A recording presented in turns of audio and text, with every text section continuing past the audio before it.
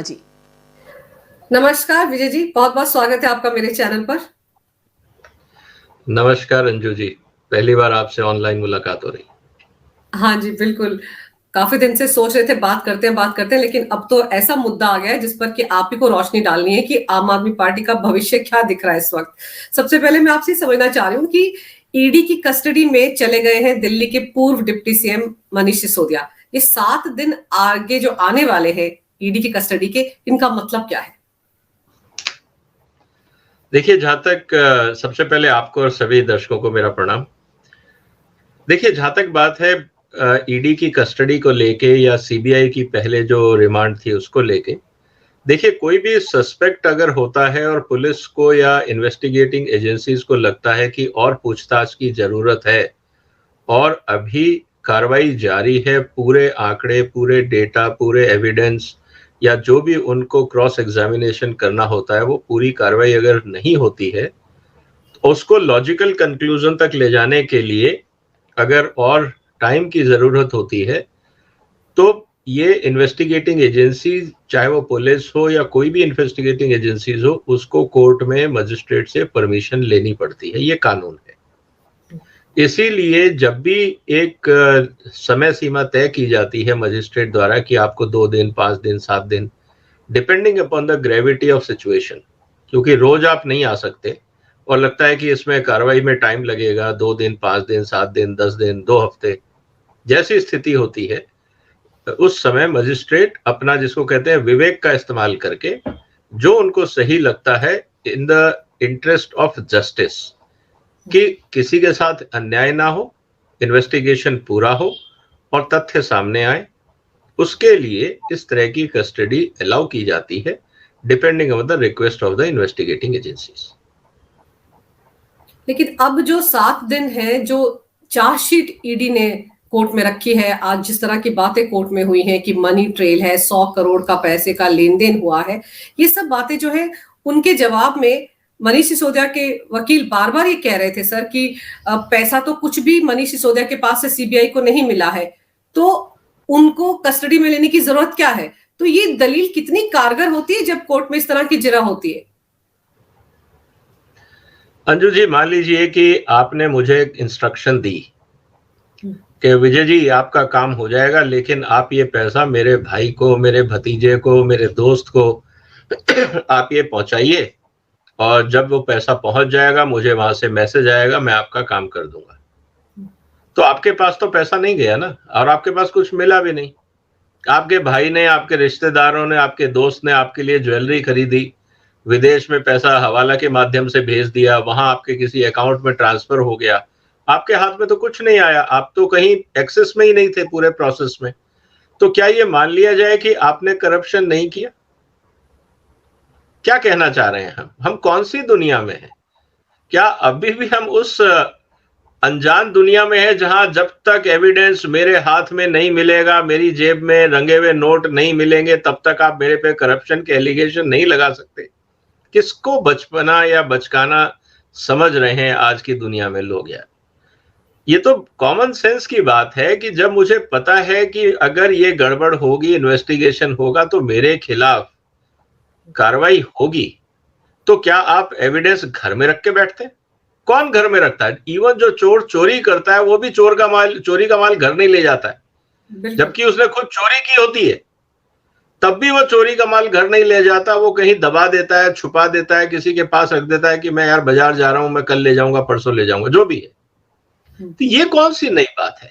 तो इन तथ्यों में कोई आर्ग्यूमेंट नहीं है। इसीलिए आपको ध्यान होगा कि सीबीआई ने भी रिमांड बढ़ाई थी और अब ईडी की भी रिमांड बढ़ गई है।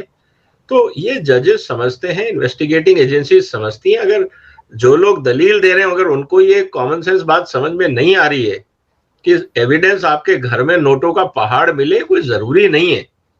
अगर मैं आपको डिजिटल ट्रांसफर कर रहा हूं पैसे, तो घर में क्या मिलेगा? आप मेरे को एक सिंपल सी बात बताइए। आपने मेरे से 1 करोड़ मांगा, मैंने आपको डिजिटली ट्रांसफर कर दिया, बैंक टू बैंक ट्रांसफर कर दिया। रिश्वत का पैसा मान लीजिए मैंने ऑफिशियली ट्रांसफर किया और सीबीआई अगर रेट डालती है तो घर में कुछ मिलेगा?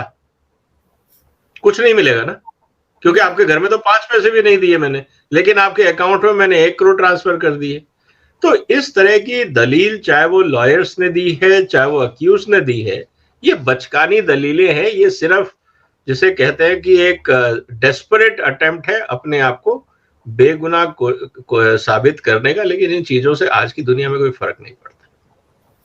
सर, एक डिजिटल एविडेंस की बात बार बार ईडी कर रही है कि 170 ऐसे मोबाइल फोन्स थे जिनका इस्तेमाल हुआ, फिर उनको डिस्ट्रॉय कर दिया गया। मनीष सिसोदिया के मामले में कहा जा रहा है कि 14 मोबाइल फोन्स का इस्तेमाल उन्होंने किया और फिर उन्होंने बहुत सारे मोबाइल्स को डिस्ट्रॉय भी किया, सिम कार्ड्स को डिस्ट्रॉय किया। तो ये तो और भी बड़ा गुनाह हो गया, क्योंकि आपने एक तो गुनाह किया और उसके बाद उसके सबूतों को भी तहस नहस करने की कोशिश की। देखिए, ऐसा है कि जब आप एक गलत काम करते हैं और आपको पता है कि आप गलत काम कर रहे हैं, तो आप पहले दिन से प्रिकॉशन लेना शुरू कर देते हैं। तो मोबाइल को बदलना या लोगों से बात करना, आपने कभी केजरीवाल साहब के हाथ में मोबाइल देखा है? नहीं, कभी नहीं देखा होगा। इसका मतलब क्या है कि उनके जो आसपास के लोग हैं वो मैसेज लेके ट्रांसमिट करते हैं और वर्बली मैसेज लेते हैं। तो अगर आप रिकॉर्डिंग भी ढूंढ लेंगे कि केजरीवाल साहब ने किससे बात करी, मुझे नहीं लगता कि कहीं पे भी उन्होंने कोई ऐसी बात की होगी। जो भी अगर उन्होंने इस तरह के इंस्ट्रक्शंस दिए होंगे तो वो थ्रू मैसेंजर दिए होंगे। मतलब आपने मुझे दी और मैंने फोन पे आगे किसी को कम्युनिकेट किया कि साहब ने ये बोला कर देना।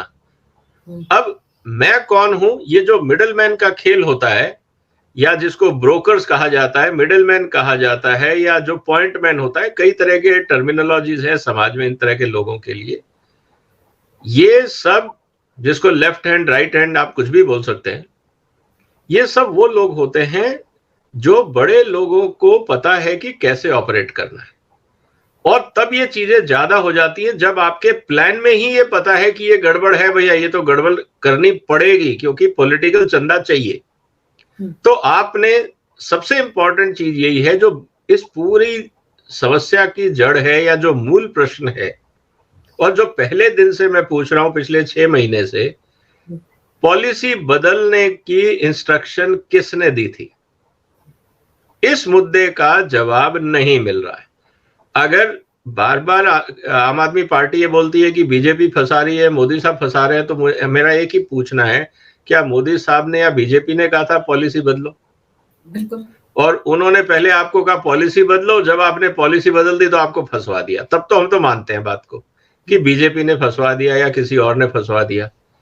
सवाल यह है कि पॉलिसी आपने खुद बदली, और जो प्रक्रिया अपनाई, जो एविडेंस सामने आ रहे हैं, जो लोग सामने आ रहे हैं, उससे तो सीधी सी बात समझ में आ रही है कि बहुत कुछ ऐसा हुआ है जो ऑब्जेक्शनेबल था, जो कानून सम्मत नहीं था।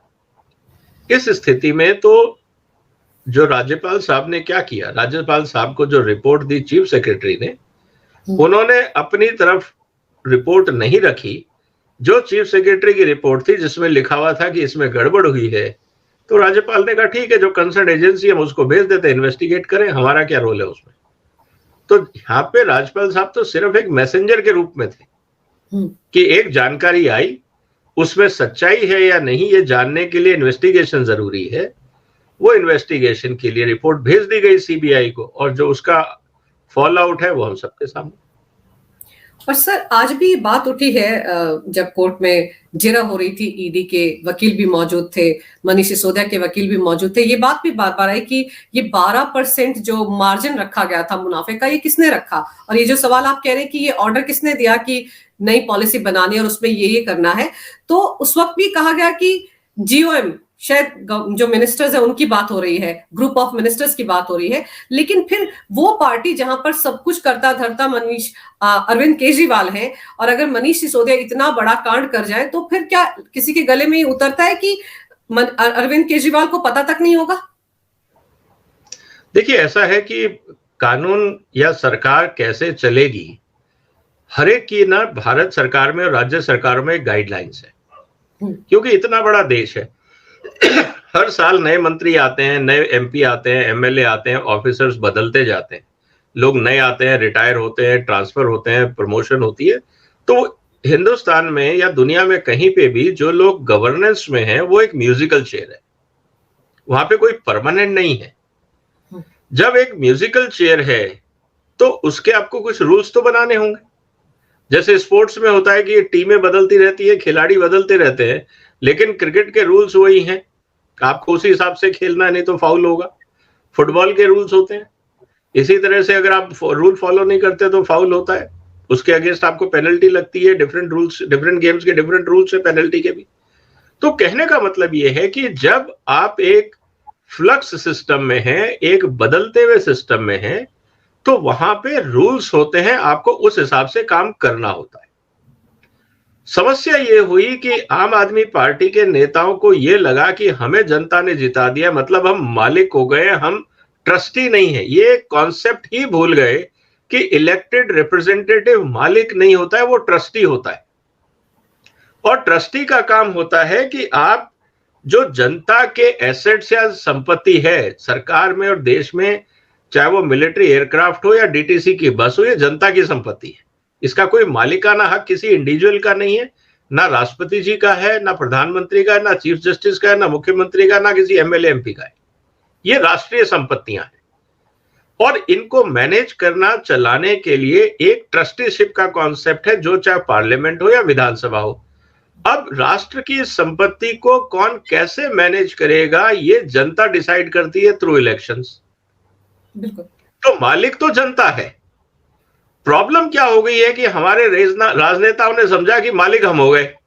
तो जिसको आपने काम के लिए रखा था उसको लगा कि वो मालिक बन गया, और जब उसको, जिस कर्मचारी को, अगर मैं ये कहूं कि सारे एमएलए एमपी जनता के लिए कर्मचारी हैं, जिनको चुन के भेजा कि हमारे लिए काम करिए आप और बदले में हम आपको तनख्वाह भी देंगे और सुविधाएं भी देंगे, जनता दे रही है ना, टैक्स पेयर क्या कर रहा है। तो कहने का मतलब यह है कि जब आपको ये काम करना था और आपने अपने आप को ट्रस्टी से हटा के ओनरशिप कॉन्सेप्ट पे लिया है, तो ये सारी गलतियां करी। हकीकत क्या है?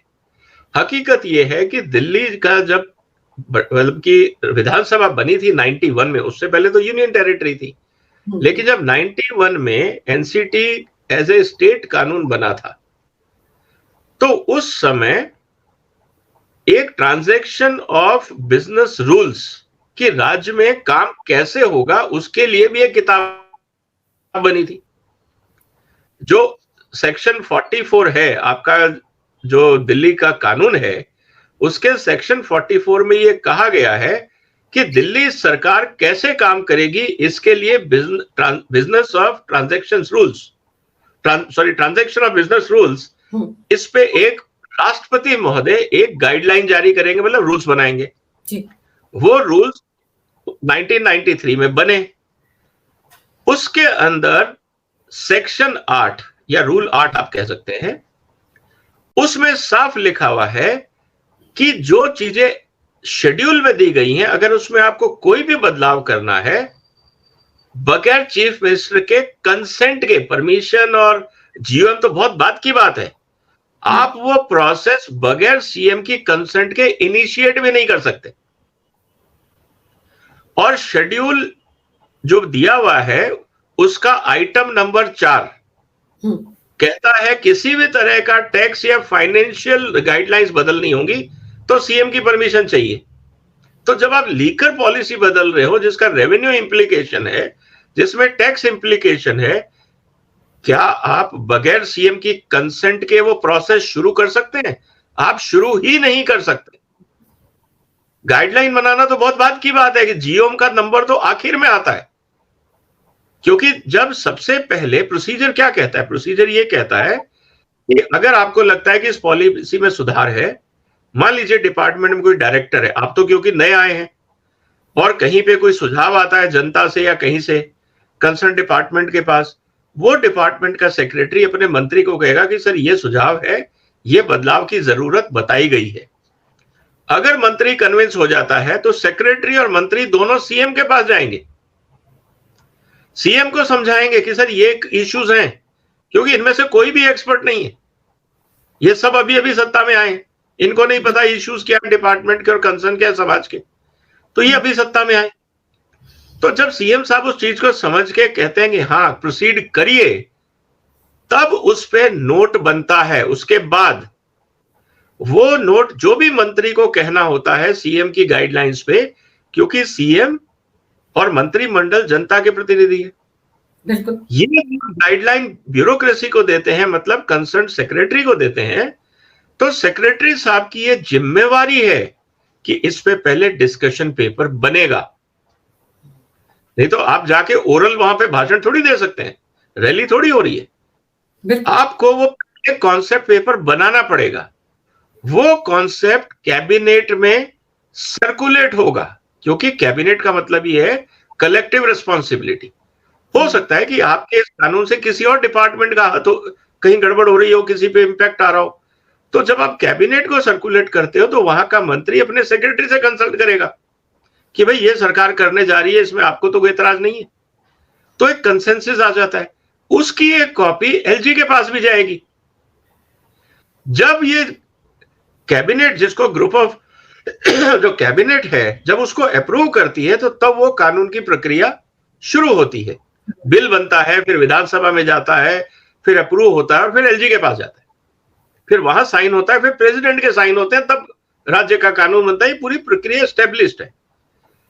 अगर आपको लगता है कि नहीं, इसमें और गहन चिंतन की बात है और बहुत सारे सुझाव आ रहे हैं, इसको और क्लोजली देखना चाहिए, तो आप एक कमेटी ऑफ एक्सपर्ट्स बना सकते हो, आप एक कमेटी ऑफ सेक्रेटरीज बना सकते हो, आप एक कमेटी या ग्रुप ऑफ मिनिस्टर्स बना सकते हो, आप कुछ भी कर सकते हो एज ए कैबिनेट कि हमें इसमें और डिटेल में समझने की जरूरत है। तो जब वो चीजें हो जाती हैं, उसके बाद नया जो इनिशियल व्हाइट पेपर था या जो डिस्कशन पेपर था, उसमें संशोधन किया जाएगा based on this observation of ministers या कमेटीज या ग्रुप्स। फिर वो वापस कैबिनेट में जाएगा और फिर वहां से प्रक्रिया शुरू होगी, कैबिनेट, फिर विधानसभा, फिर अप्रूवल, फिर एलजी वगैरह वगैरह। और जैसे ही आप कैबिनेट में रिवाइज पेपर देंगे, उसकी कॉपी वापस एलजी के पास जाएगी, क्योंकि एलजी दिल्ली में जो सिचुएशन है, वहां पे एलजी और राज्य सरकार जब प्रोसेस चलता है तो पैरेलल है। तो ये समझने की बात है। अब ये पूरी प्रक्रिया मैंने इसलिए बताई, शायद हमारे दर्शकों को ये बात क्लियर हो जाएगी कि पूरा कंफ्यूजन नहीं रहे। अब समस्या ये है कि ये बार बार कहना कि साहब सरकार तंग कर रही है, तो ये जो प्रक्रिया है, क्या इसका उल्लंघन हुआ या इसको फॉलो किया गया, बस बात इतनी थी। लेकिन सर, यही मैं कहना चाह रही हूँ कि देखिए, अगर आप ये देखो कि कोई भी मंत्रालय नहीं था दिल्ली के सीएम अरविंद केजरीवाल के पास। 33 कुल में मंत्रालय हैं, तो डिप्टी सीएम जो बनाए गए थे मनीष सिसोदिया 18 मंत्रालय संभाल रहे थे। तो ये बार बार कहा जाता था कि एक भी मंत्रालय अपने पास क्यों नहीं रखा केजरीवाल ने। तो अब जब आप ये समझा रहे हैं कि किस तरह से काम हुआ होगा, तो उससे कहीं ना कहीं ये लग रहा है कि बहुत पहले से ये तैयारी थी और खुद पर कोई आंच ना आए, इसलिए हो सकता है सारे मंत्रालय मनीष सिसोदिया को दे दिए गए। और अब अगर सीएम की इजाजत के बिना कुछ इनिशिएट ही नहीं हो सकता, फाइनेंशियल चीजें तो बिल्कुल भी नहीं इनिशिएट हो सकती, तो फिर तो सीधे सीधे उनकी भूमिका है इसमें और खतरा उन पर भी है।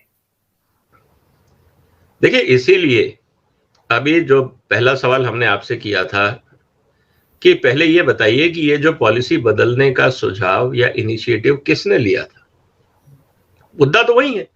देखिए, आज आप कह रहे हैं कि भाई पेड़ ठीक नहीं है, आम ठीक नहीं है, टेस्ट ठीक नहीं है। भाई बीज कहां से लाए थे? आप जो चर्चा कर रहे हो वो आउटपुट की कर रहे हो, इनपुट कहां से आया था? सूत्रधार कौन था इस क्राइम का? ईडी को वहां तक जाना है, आउटकम तो सबको दिख रहा है आज। तो इसीलिए जब कस्टडी बढ़ाई गई है तो ईडी को, जिसको मनी ट्रेल बोलते हैं, जो इंस्ट्रक्शन, देखिए इसमें 2-3 चीजें आ रही हैं। एक तो है कि कानून कैसे बदला और किसने बदला। तो ये बात तो आप मान के चलिए कि भाई टाइपिंग का काम सीएम और मंत्री तो करेंगे नहीं, वो तो अधिकारी करेंगे। अधिकारियों को इसलिए बुलाना जरूरी है कि वो बताएं कि किसके कहने पे किया। तो वो कहेंगे सर ये मेरे मंत्री थे, इन्होंने मुझे ये कहा, ऐसे कहा। वो कहेंगे प्रूफ है कि हाँ जी ये रहा फाइल, कि नहीं जी इन्होंने फोन पे कहा था। कौन से नंबर पे कहा था? आपके नंबर पे बात हुई थी, अच्छा आपका नंबर दीजिए। कब की बात है? सर ये जब पॉलिसी आई थी उससे 15 दिन पहले। तो उस नंबर पे ट्रेस किया जाएगा कि कौन कौन से नंबर पे किस किस का बात हुई थी, सुबह हुई थी, रात को हुई थी। तो आपको एक प्रोबेबिलिटी मिल जाती है कि किसने इंस्ट्रक्शन किया। इसका मतलब यह है कि वो सर्कमस्टांशियल एविडेंसेस कि हाँ मंत्री जी का फोन शाम को आया था सर 6 बजे के आसपास, तो आपने बैकडेट चेक किया? हाँ जी, एक तारीख, एक खास दिन 6 बजे आया था। उस दिन अमावस्या थी या होली थी या दिवाली थी या संडे था, जो भी था, आपको वो सिचुएशन, सर्कमस्टांसेस आप इकट्ठे करके उसके फैक्ट तक पहुंचने की कोशिश करते हैं। तो जो अधिकारी कहेंगे पहले आप उसको कोरोबरेट करोगे कि क्या अधिकारी भी सही बोल रहा है या झूठ बोल रहा है, तो पहले आप उसको कोरोबरेट करोगे। मुझे लगता है ये काम सीबीआई और ईडी कर चुकी होगी, क्योंकि ये डिजिटल फुटप्रिंट तो 6 महीने में इन्होंने पूरे एनालिसिस कर लिए होंगे इनकी टीमों ने। अब उन एविडेंसेस को सामने रखना है, इसीलिए मैं शुरू से इस बात को कह रहा हूं कि ईडी और सीबीआई हड़बड़ में नहीं अरेस्ट करने में, पहले उनको एविडेंस पुख्ता करने हैं। तो जो 6 महीने लगे, उनके घर गए, कुछ नहीं मिला, इसका मतलब यह था कि साहब कैश ट्रांजैक्शन नहीं हुआ होगा। अगर आपके यहां कुछ नहीं मिला तो इसका मतलब कोई और भी इन्वॉल्व है, इसका एविडेंस तो ये भी निकलता है।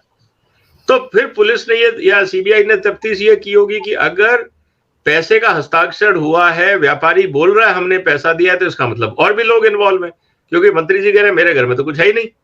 बिल्कुल सही है, मैंने आपको दिया है लेकिन आपके घर में नहीं है, तो कहीं तो गया होगा। बिल्कुल, या आपने दिया होगा या आपने किसी को भेजा होगा मेरे से कलेक्ट करने के लिए, या मैं आपके घर में छोड़ के आया तो उठा के कोई और ले गया होगा। सारी सिचुएशन एनालाइज की जाएंगी। फिर कौन आया था, कब आया था, कैसे आया था, तो आपके घर के सीसीटीवी कैमरे ढूंढे जाएंगे। कौन आया, कब आया, कैसे आया, किस गाड़ी से आया, किसकी थी, कौन थी। तो ये एक लंबी प्रक्रिया है। तो शुरू में एविडेंसेस को इकट्ठा करने में टाइम लगता है। तो पहले के जो 6 महीने थे वो सारी चीजें थी एविडेंस इकट्ठा करने की, होमवर्क था वो सीबीआई और ईडी का। जब उनके पास पुख्ता सबूत मिल गए तब उन्होंने एक एक करके लोगों को पकड़ना शुरू किया कि ये सबूत आपके काम का है, आप है यहाँ पे, ये नंबर आपका है? हाँ जी मेरा नंबर है। आप ओबराय में क्या कर रहे थे? जी मैं मीटिंग में था। कौन कौन था मीटिंग में? कि जी कोई नहीं था। वेरी गुड, लेकिन पता लग रहा है वहां तो 7 मोबाइल और थे या 8 और थे या 10 और थे, तो सच सच बताओ कौन था, क्योंकि उस टावर पे 10 कनेक्शन और दिख रहे, क्योंकि अब तो डिजिटल जमाना है। बिल्कुल। अब आप अच्छा वहां किसने रूम बुक किया था? कि जी मैंने किया था। पेमेंट कैसे हुई? क्या आपकी वहां रहने का था? कौन आया? हो सकता है होटल के पास पुराने सीसीटीवी कैमरे की रिकॉर्डिंग्स हो, क्योंकि हर होटल की पॉलिसी होगी कि भाई 6 महीने तक रखो संभाल के, हर आदमी अपना सिक्योरिटी अरेंजमेंट कर सकता है। तो कहने का मतलब है कि बहुत सारी चीजें कोरोबरेट करने के बाद एक एक करके आपने देखा कि पहले उन्होंने आउटर रिंग को पिकअप किया, जिन व्यापारियों ने पैसे दिए, क्योंकि किसी भी करप्शन में 3 एलिमेंट है, एक देने वाला, एक लेने वाला और एक बीच का, जिसको ब्रिजिंग। तो पहले जिन्होंने दिए उनको पकड़ा, उनको कोई एतराज नहीं है, वो तो सीधा सबसे पहले बोलेंगे हाँ जी हमने दिए थे क्योंकि हमसे मांगे गए थे। वो क्यों झूठ बोलेगा? उसको पता है कि मैं बोलूंगा नहीं दिए थे तो पहले तो आप ही अंदर आ जाओ। तो सबसे पहले उन्होंने कहा हाँ जी हमें कहा गया था, क्योंकि वो व्यापारी लोग हैं, वो क्यों किसी पॉलिटिशियन को प्रोटेक्ट करेंगे। बिल्कुल। तो जब उन्होंने कहा किसने किया था, अच्छा वो खुद लेने आए थे? नहीं जी वो खुद लेने नहीं आए थे, उन्होंने किसको भेजा था? किसको भेजा था? नाम बताओ। वो जब नाम मिला, अच्छा आप पहले से मिले थे? नहीं जी। कैसे हुआ था? फोन आया था जी। दिखाओ फोन नंबर। तो आपने कड़ी से कड़ी जोड़नी शुरू करी। तो आपने फिर मिडिलमैन को पकड़ा, मिडिलमैन को पूछा भाई आपने इससे पैसे लिए थे? हाँ। किसके कहने पे? आप है कौन? मान लीजिए ड्राइवर हो किसी गाड़ी का, मैं उसको 1 करोड़ रुपए क्यों दूंगा मैडम? मेरे पे कोई दबाव होगा तभी तो दूंगा। तो मेरे पे कौन दबाव डाल रहा है? मान लीजिए आप दबाव डाल रहे हैं, और ये ड्राइवर किसने भेजा? आप ही ने भेजा। तो चेन कंप्लीट हो गई ना, 3 लोग इन्वॉल्व है इस प्रक्रिया में, एक लेने वाला, एक देने वाला, एक मैसेंजर। तो इस तरह से सर्किट कंप्लीट होंगे। लेकिन एक है मनी ट्रेल, एक है मनी ट्रेल कि पैसे का सर्किल कंप्लीट होगा, दूसरा है पेपर ट्रेल कि कानून कैसे बदला, क्योंकि दोनों इशू अलग है। इलीगल मनी ट्रांजैक्शंस होता है जिसको ईडी तहकीकात कर रही है, वो पैरेलल चल रही है। करप्शन का मुद्दा सीबीआई कर रही है कि फाइलें कैसे बदली गई, पॉलिसी कैसे बदली गई, कौन कौन इन्वॉल्व थे, क्या वो लॉ के हिसाब से था या इलॉजिकल था, इलीगल था, वो सीबीआई कर रही है। तो इसीलिए आपने देखा होगा कि इस तरह के मुद्दे पे सीबीआई और ईडी पैरेलल काम करते हैं। और यहाँ तो सर जैसे आप बता रहे हैं कि किस तरह से अपने आप को बचाते हुए सारा काम किया गया है, लेकिन मुझे लगता है आम आदमी पार्टी के नेता वहां मात खा गए जहां पर ये डिजिटल एविडेंस की बात है, डिजिटल फुटप्रिंट्स की बात है, क्योंकि उन्होंने पहले दिन से ही राग अलापना शुरू कर दिया था कि उनके घर में कुछ नहीं मिला, मनीष सिसोदिया के सीबीआई को लॉकर्स में कुछ नहीं मिला, बल्कि यहां तक तंज कसा गया कि लॉकर में तो झुनझुना मिला है। तो यानी कि पहले से ही पूरी तैयारी थी। और यही बात जो आप कह रहे हैं ना कि हमारे घर कुछ नहीं मिला, हमारे घर कुछ नहीं मिला, उसी से पता चला कि कहां कहां हो सकता है। लेकिन आज ईडी ने सीधे सीधे संजय सिंह का नाम भी लिया है, केजरीवाल का नाम भी लिया है। तो अब आपको लगता है कि जो पूछताछ 7 दिन तक होगी मनीष सिसोदिया से, उसमें इन लोगों पर भी गाज गिर सकती है? देखिए, अभी उसमें टाइम है। अभी क्या होगा अगले 7 दिन में, जो मुझे लग रहा है कि ईडी अभी अधिकारियों को और जो बाकी कोरोबोरेटिव एविडेंसेस हैं उनको पहले पुख्ता करेगी। अभी वो नेक्स्ट कदम पे नहीं जाएगी।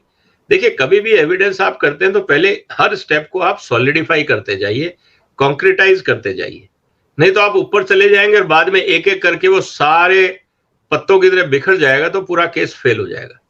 और आपको पता है कि ये बहुत ही पॉलिटिकली सेंसिटिव मुद्दा है, तो सरकार भी और एनफोर्समेंट एजेंसीज भी किसी जल्दबाजी में नहीं है, क्योंकि ये देश छोड़ के भाग नहीं सकते। सबके ऊपर रेड कॉर्नर नोटिस दे दिया होगा सीबीआई ने, क्योंकि पुरानी गलतियों से भी एजेंसी सीख गई है।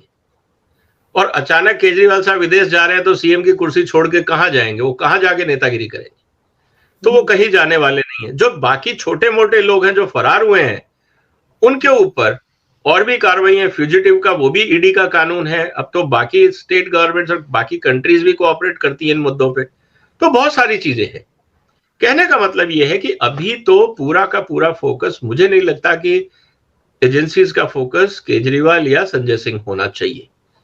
अगले 7 दिन तो पूरा का पूरा केस, अगर कुछ है, एविडेंसेस हैं, कहीं गैप्स हैं, पहले उसको सॉलिडिफाई करना, कोरिलेट करना, उसका वीडियो रिकॉर्डिंग, एविडेंस, डॉक्यूमेंटेशन जो भी है, उस केस को वाटर टाइट, फुल प्रूफ करना जरूरी है। एक बार जब मनीष सिसोदिया जी का case water tight, full proof हो जाता है तो फिर इन्वेस्टिगेटिंग एजेंसीज को बहुत क्लियर होप ये हो जाती है कोर्ट से कि साहब आप इनको अपनी कस्टडी रखिए, बाहर मत छोड़िए, नहीं तो ये जाके बाहर विटनेसेस को धमकाएंगे, डराएंगे, कुछ भी करेंगे। Now he is a confirmed accused, तो ही विल ट्राई एवरीथिंग।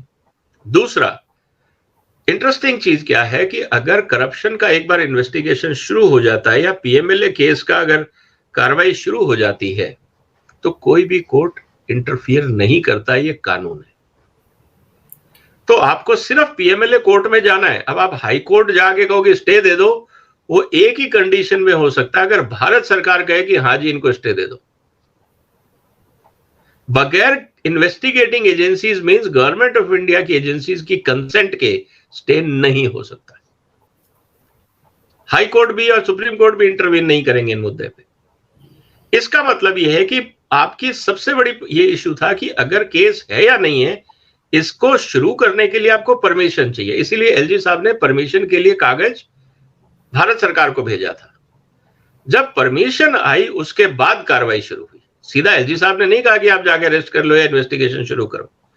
तो परमिशन एक बार अगर मिल जाती है, इन्वेस्टिगेशन चल रहा होता है, उसके बीच में कानून के हिसाब से कोई भी कोर्ट दखल नहीं करेगा, क्योंकि कारण बहुत सिंपल है कि अगर प्रूफ नहीं मिल रहा है तो कोर्ट वैसे ही बरी कर देगा। बिल्कुल। तो आप इन्वेस्टिगेशन में क्यों इंटरफियर करते हैं? और इन्वेस्टिगेशन में कोर्ट आपको ये प्रेशर डाल सकता है कि आप जल्दी खत्म करिए।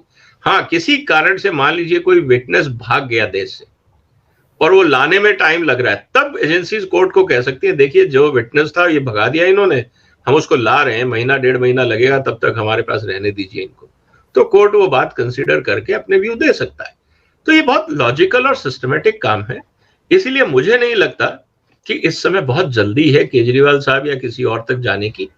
अभी पहले मनीष सिसोदिया साहब को पूरी तरह से इनको इसके केस को वाटर टाइट करना है। एक बार जब वो हो गया तो उसके बाद फिर कार्रवाई और आसान हो जाती है, क्योंकि फिर तो उनके आगे कोई है नहीं। बिल्कुल। उनको तो सिर्फ ये कहना है कि भाई किसके लिए किया आपने, क्यों किया, क्या केजरीवाल साहब पिक्चर में थे या नहीं थे।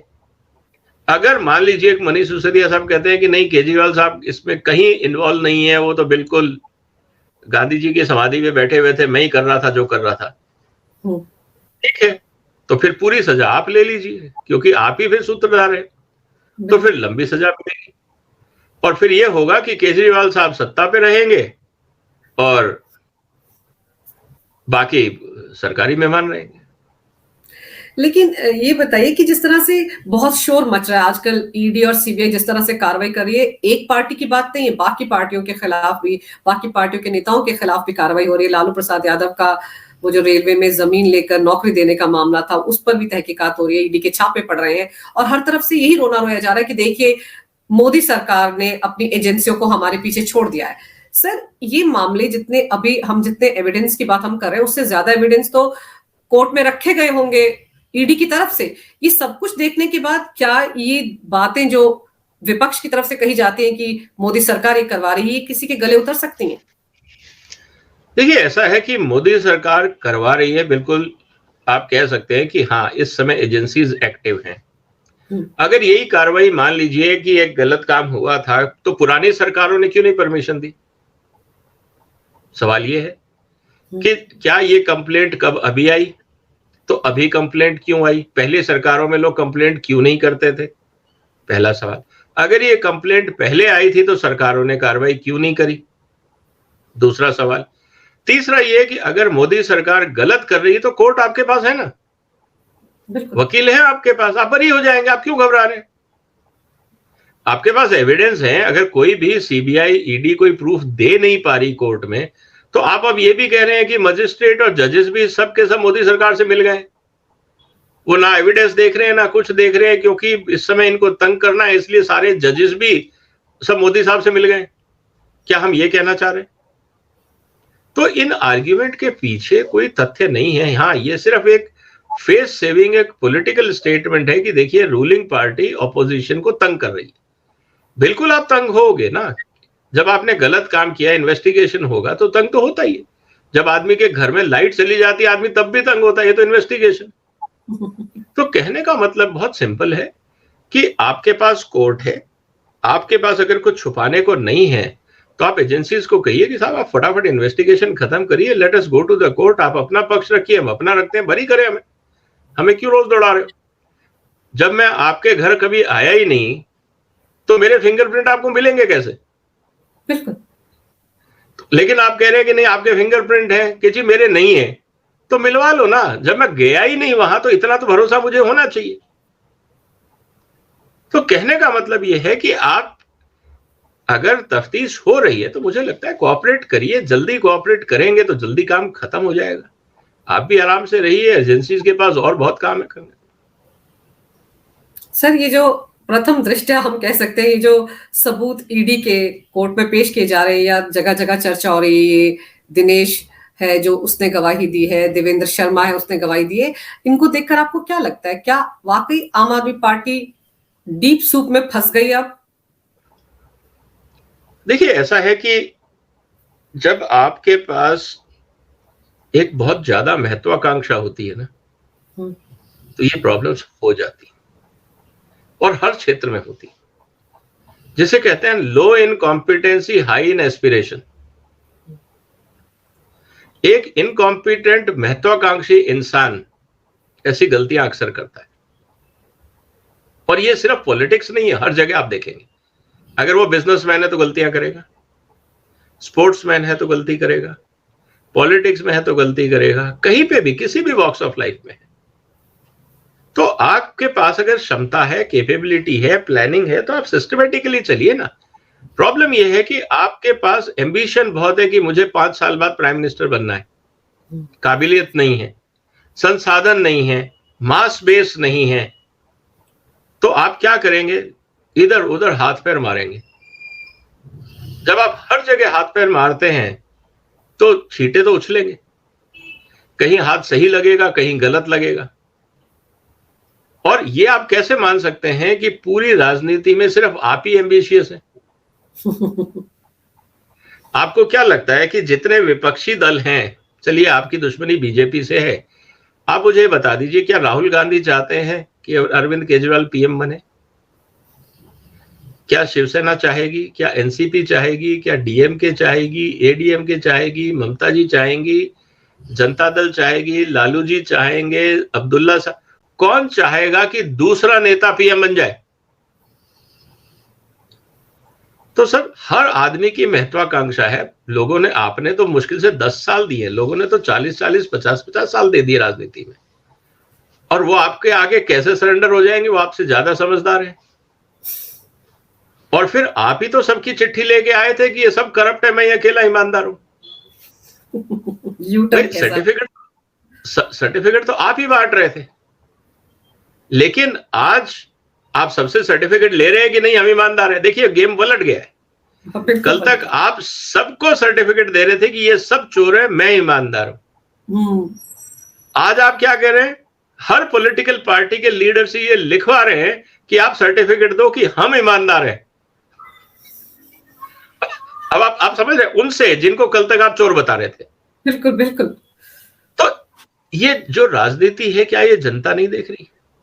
देखिए अभी भी मुझे लगता है कि हिंदुस्तान की पॉलिटिकल क्लास इस बात को एक्सेप्ट करने के लिए तैयार नहीं है कि ये सोशल मीडिया का जमाना है।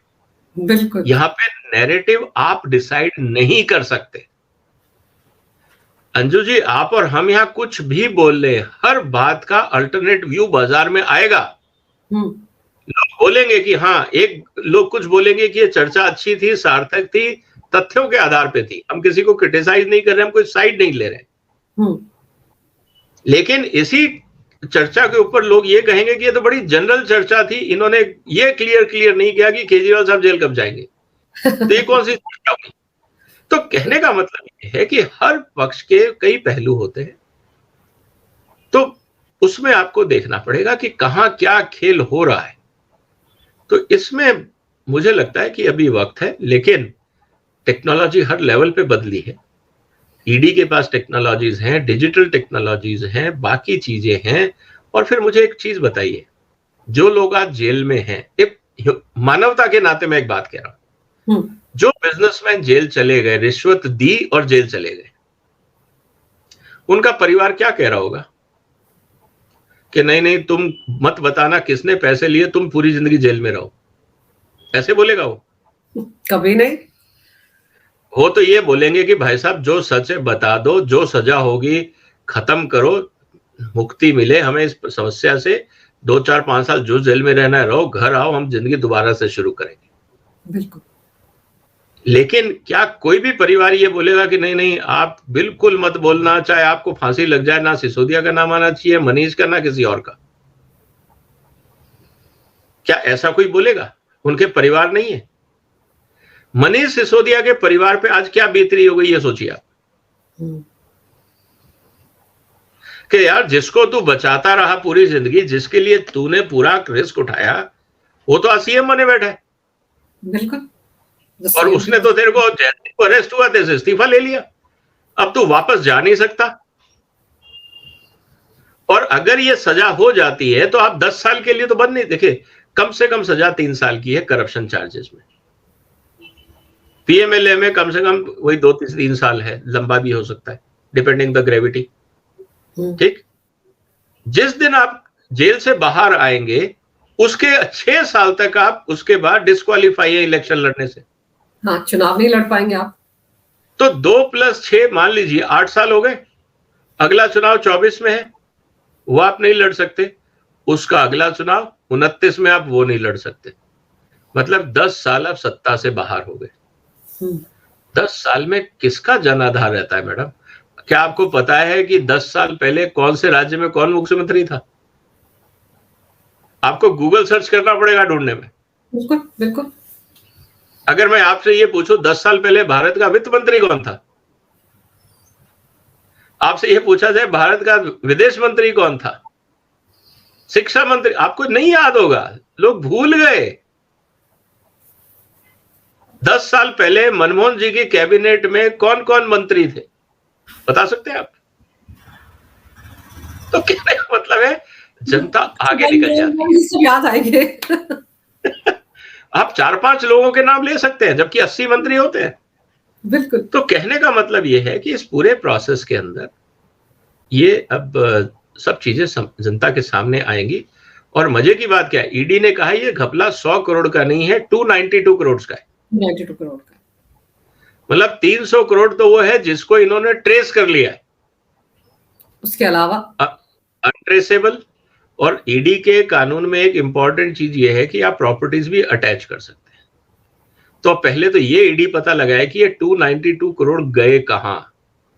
अगर ये कहेंगे कि हमने इस होटल वाले को दिए, रैली वाले को दिए, टेंट वाले को दिए, एमएलए को दिए, एमपी को दिए, तो आप हिसाब करने बैठे तो आपको पता लगा कि जी 150 करोड़ रुपए का खर्चा हो गया, बाकी 150 कहां है, फिर उस पर तफ्तीश होगी।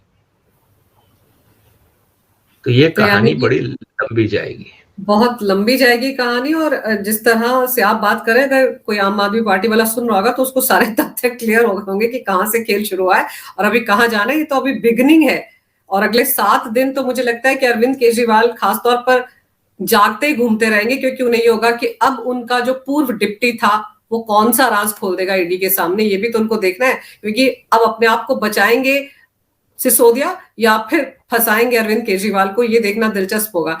विजय जी, आपने विस्तार से जो कानूनी पहलू है इस पूरे मामले का, कि कितना पुख्ता केस है ये इनके खिलाफ और किस तरह से मामला हुआ है, इसके बारे में विस्तार से जो जानकारी मेरे दर्शकों को दी है, उसके लिए आपका बहुत बहुत धन्यवाद। नमस्कार। नमस्कार, धन्यवाद।